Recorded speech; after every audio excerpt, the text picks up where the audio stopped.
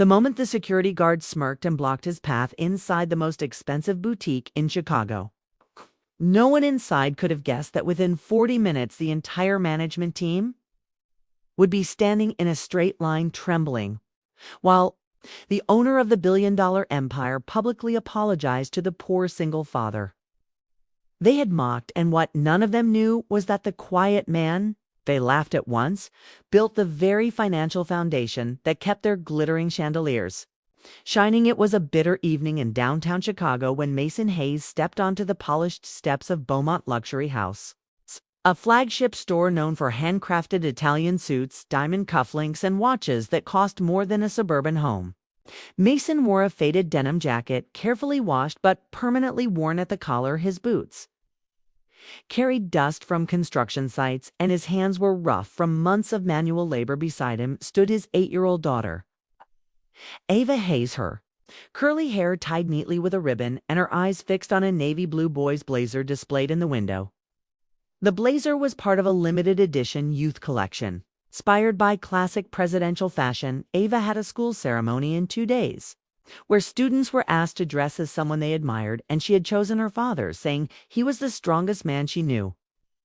Mason had laughed softly when she told him, but later that night he cried quietly in the kitchen because he could not afford the kind of blazer she pointed at, yet he promised her they would at least look at it so she could dream without limits. Mason had not always struggled. 5 years earlier, he was a respected senior risk strategist at Sterling Crest Group, a rising investment firm in Illinois. He was known for conservative forecasts that protected clients from reckless expansion. But when the board ignored his warnings and chased a dangerous overseas acquisition, the company collapsed under debt. The executives shifted blame onto mid-level managers, and Mason became the public face of failure. Although investigations later proved he had opposed the deal, his reputation was shattered overnight. Banks rejected his applications. Partners stopped returning calls, and legal fees drained his savings. Then tragedy struck when his wife, Alina, died suddenly from an undiagnosed heart condition, leaving Mason alone with Ava and a mountain of bills pride swallowed. He sold their house, moved into a small apartment, and took construction shifts during the day and warehouse loading at night. Yet through all of it, he never allowed Ava to feel poor. He told her they were in rebuilding mode, like superheroes before the final comeback that evening. As he pushed open the heavy glass doors of Beaumont Luxury House, a blast of warm perfumed air met the cold on his skin. Conversations slowed, eyes turned, the marble floors reflected his scuffed boots, and the contrast between him and the wealthy clientele was almost theatrical. A tall sales associate named Kimberly approached with a rehearsed smile that did not reach her eyes. "May I help you, sir?" she asked, her gaze flicking to his jacket. Mason nodded politely. "Yes. My daughter liked the navy youth blazer in the window. I wanted to check the price." Kimberly barely concealed a sigh. "That piece is part of our executive heritage line. It is custom-tailored and non-discounted," she replied, without quoting the number. Mason swallowed gently and asked, "Could you tell me how much it is?" She glanced at her tablet and said, $3,800. Ava gasped softly, not understanding the weight of that figure. Mason forced composure. "Thank you. We just wanted to see it up close, if possible," another employee whispered, loud enough for nearby shoppers to hear. "Some people treat luxury stores like museums. Free entry, no purchase required." A few customers chuckled. Ava looked up at her father, confused. "Why are they laughing, Daddy?" Mason knelt beside her and said, "Sometimes people laugh when they forget how to be kind, but that is their lesson, not ours." Kimberly finally retrieved the blazer and held it carefully away from Mason. As though contact might stain it, Ava reached out gently, touching the fabric with wonder. "It is soft," she whispered. Mason asked if there were payment plans. Kimberly responded flatly, "We require full payment at purchase, sir." "This is not a rental outlet." Humiliation crept through the room, and Mason felt the familiar sting of being measured by his clothes. He straightened, preparing to leave, when a calm, authoritative voice echoed from the upper staircase. "What seems to be the issue here?" All heads turned toward Theodore Beaumont, founder and chief executive of Beaumont Luxury House, who Had returned early from a shareholder dinner, Kimberly quickly shifted tone. Nothing at all, just assisting browsing visitors. Theodore descended slowly, studying Mason carefully. Have we met before? He asked. Mason shook his head respectfully. I do not. Believe so, sir. Theodore narrowed his eyes. Your posture suggests boardrooms, not construction sites. Life changes faster than balance sheets.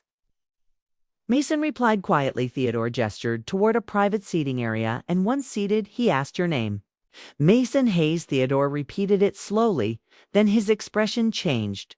Sterling Crest Group. Risk Division. 5 years ago, you authored a minority dissent report against the Valeria acquisition. Mason froze. Yes, sir, that was me. Theodore leaned back. I read that report before investing in Sterling Crest. Your analysis convinced me to limit exposure when the collapse came. Our losses were minimal because of you. I searched for the strategist who wrote it, but the scandal buried your name, Mason. Felt vindication wash over him as years of silence finally met recognition. Theodore stood and called the entire staff to assemble. This man once saved my company from catastrophic loss, and today he was treated with mockery inside my store. Silence filled the marble hall. Kimberly attempted to apologize, but Theodore stopped her luxury without respect as failure. Mason spoke softly, sir. I did not come for recognition. I only wanted my daughter to feel confident at her school ceremony. Theodore turned to Ava and smiled. She shall have more than confidence. He ordered the blazer tailored immediately at no cost. Mason protested, but Theodore replied, this is not charity, this is honor. Furthermore, Beaumont Luxury House is expanding, and I need a chief risk officer who values integrity over applause. I want you as partner, not employee. Mason looked at Ava, who whispered, does this mean rebuilding mode is over? Mason smiled, perhaps it is. Theodore extended his hand, welcome back to the boardroom. Mason accepted, but requested no one lose their job tonight. Let this be a lesson, not revenge. Theodore agreed. Training begins tomorrow. Respect defines us within weeks. Mason transformed company strategy, restoring ethical investment practices, profits rose steadily, but more importantly, a foundation was launched in Alina's memory supporting single parents the night of the school ceremony. Ava walked proudly across the stage in her tailored navy blazer. When asked who inspired her, she pointed to Mason and said, my dad taught me that being poor is temporary, but being kind is forever. Applause thundered, and in downtown Chicago, employees at Beaumont Luxury House never again judged a visitor by worn boots or faded jackets because they had witnessed firsthand how the quietest man in the room became the strongest partner in the empire, proving that dignity once recognized can change destinies forever.